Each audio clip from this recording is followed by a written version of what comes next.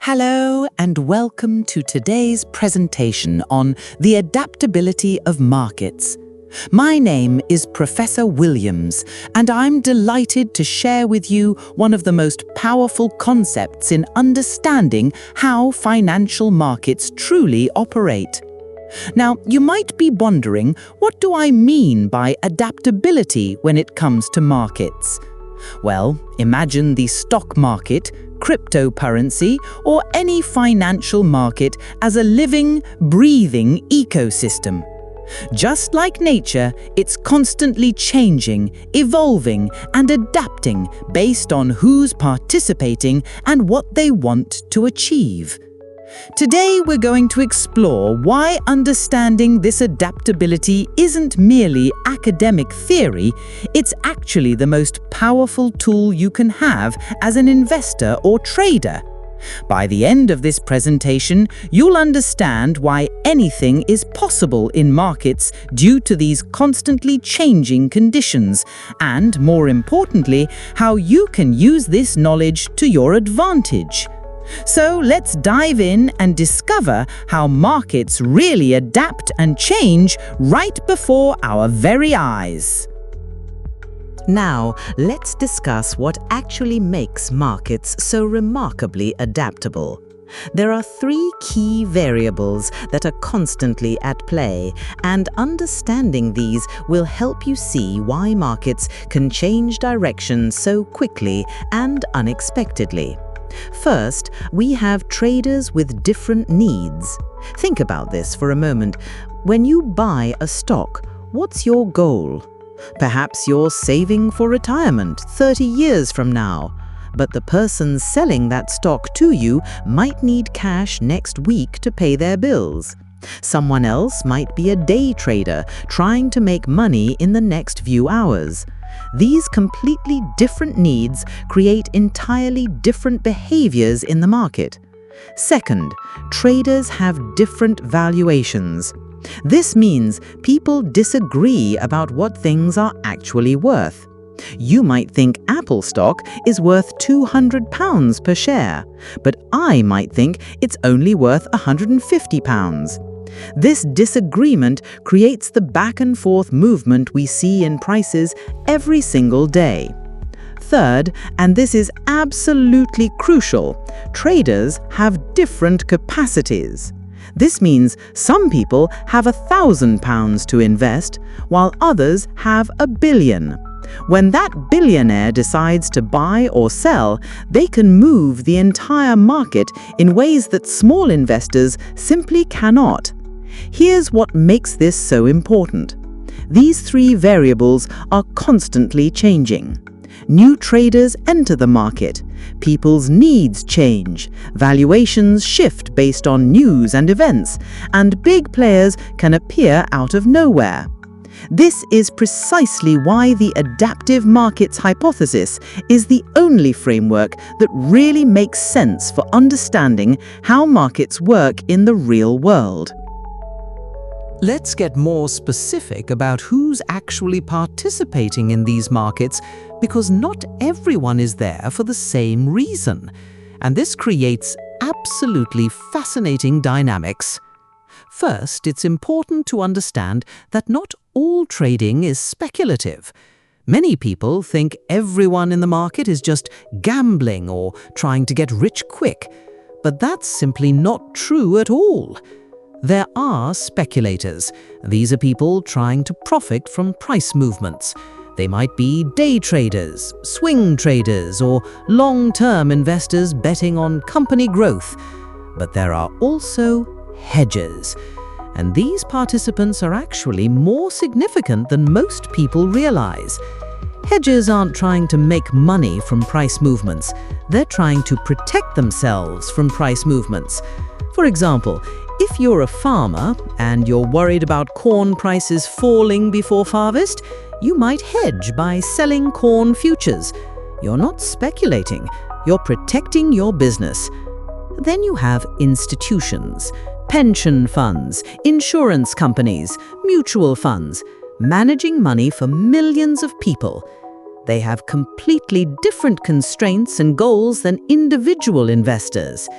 Here's where it gets particularly interesting. All these different types of participants are also operating on different time frames.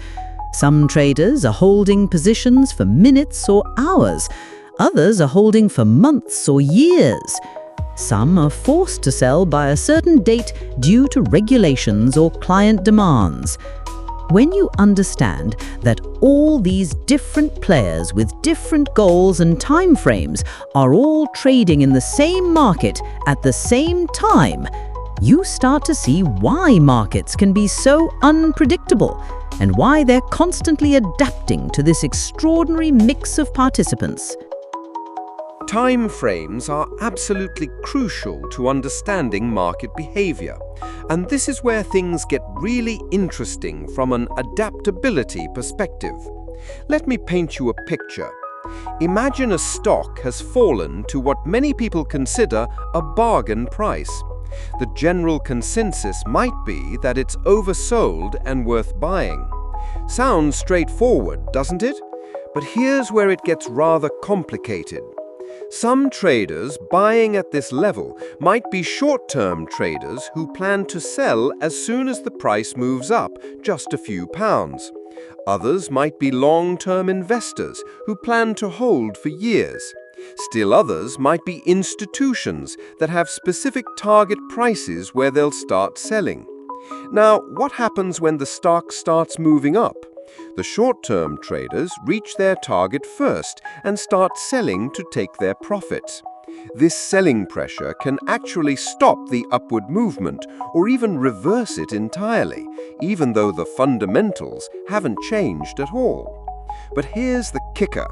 We never know which type of trader is driving the current movement. When you see a stock going up, you don't know if it's being bought by people who will sell tomorrow or people who plan to hold for years.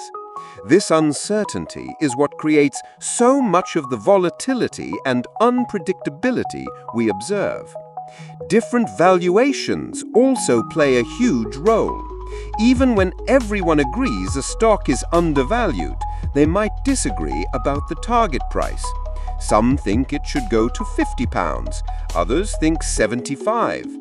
As the price rises and hits different people's targets, they start selling, which can slow or reverse the momentum completely.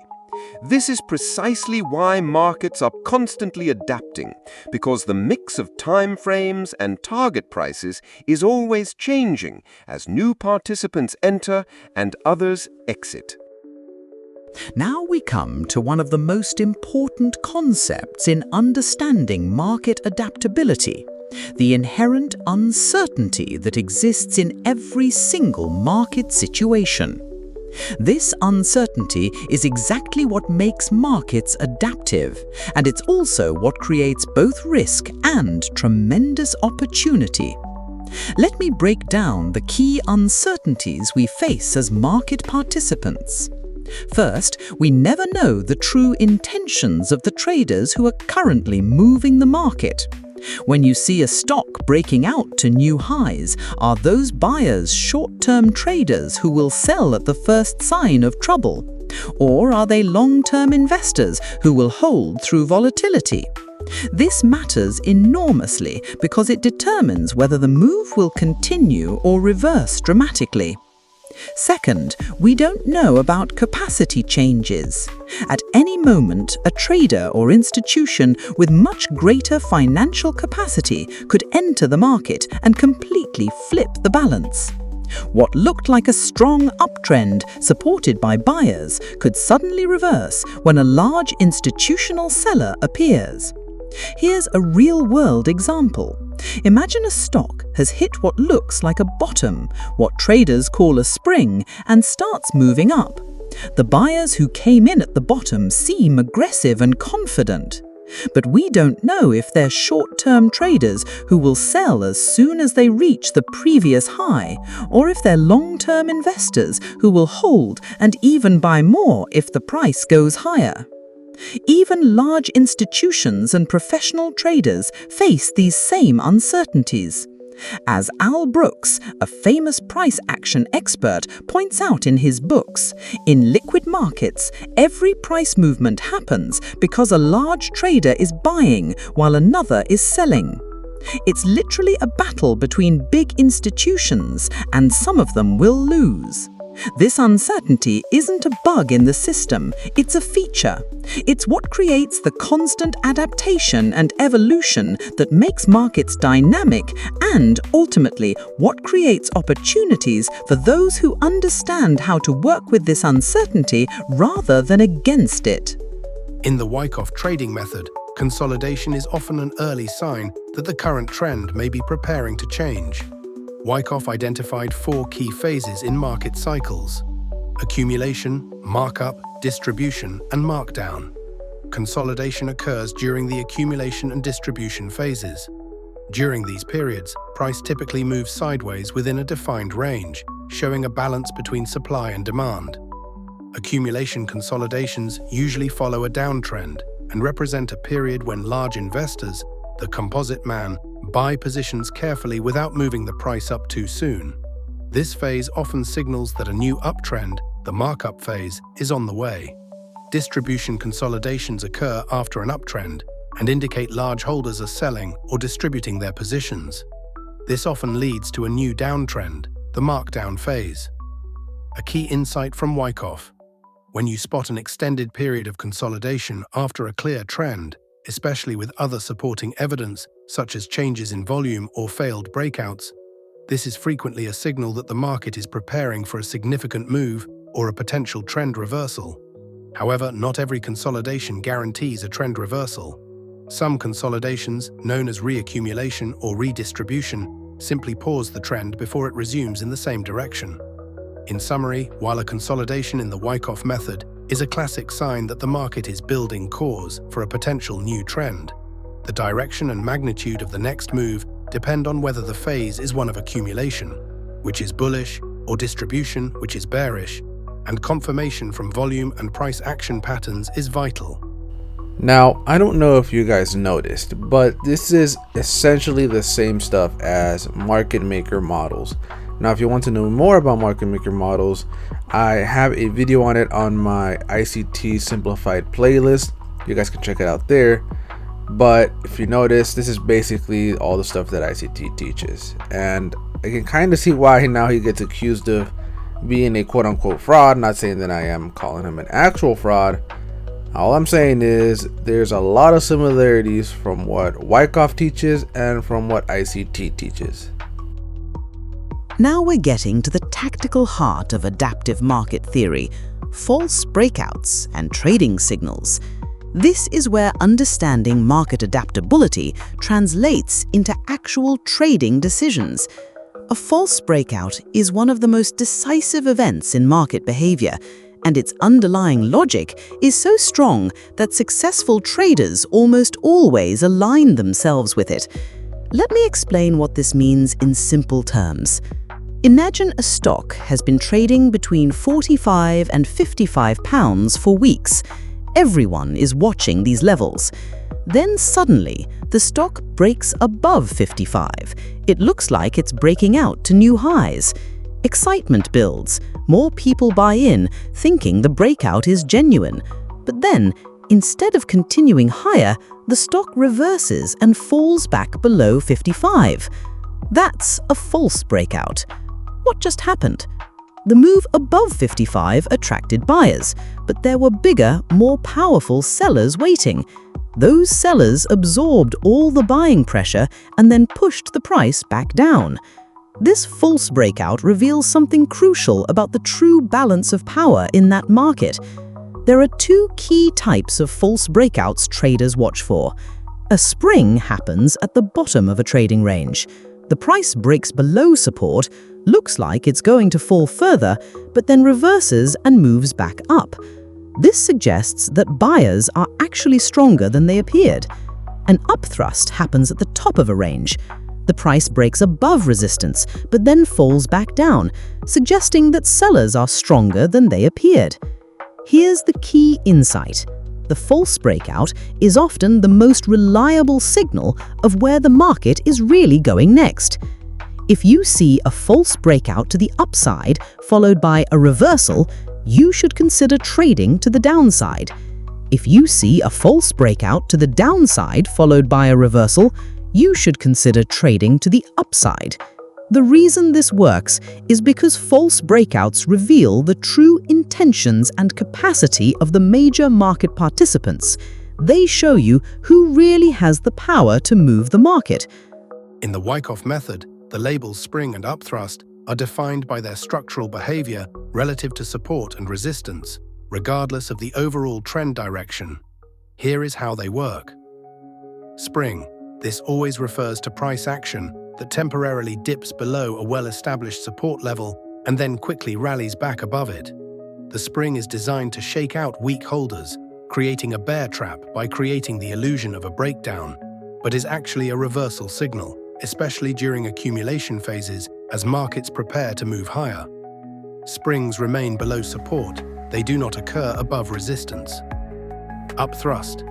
This occurs when price quickly moves above a resistance level or the top of a trading range, but then rapidly falls back below it, trapping breakout buyers in a bull trap. The upthrust signals potential weakness and a coming downtrend, especially during distribution phases when large players are selling into strength. Upthrusts always occur above resistance levels, they do not happen below support. To clarify, the definitions do not flip depending on whether the broader market is moving from bullish to bearish or vice versa. Springs are always below and just under support. Upthrusts are always above and just above resistance. The labels do not change based on market context or overall trend, but their frequency and importance will vary depending on whether the market is in a phase of accumulation, where springs are more common, or distribution, where upthrusts are more common. Let's wrap up by discussing how you can actually apply these adaptive market insights to your own trading and investing decisions. The Adaptive Markets Framework gives us a practical approach to navigating uncertainty. Instead of trying to predict exactly what will happen next, which is impossible given all the variables we've discussed, we focus on identifying and aligning ourselves with the most recent decisive market events. Here's your practical toolkit. First, always assess market imbalances and structures. Look for areas where buyers and sellers are likely to battle, old support and resistance levels, round numbers, recent highs and lows. These are the zones where the true balance of power gets revealed. Second, identify critical events, especially false breakouts and signals of intent. When you see a false breakout, pay attention. When you see the market reject a key level decisively, that's telling you something important about who's really in control. Third, and this is crucial, trade in favor of the last imbalance.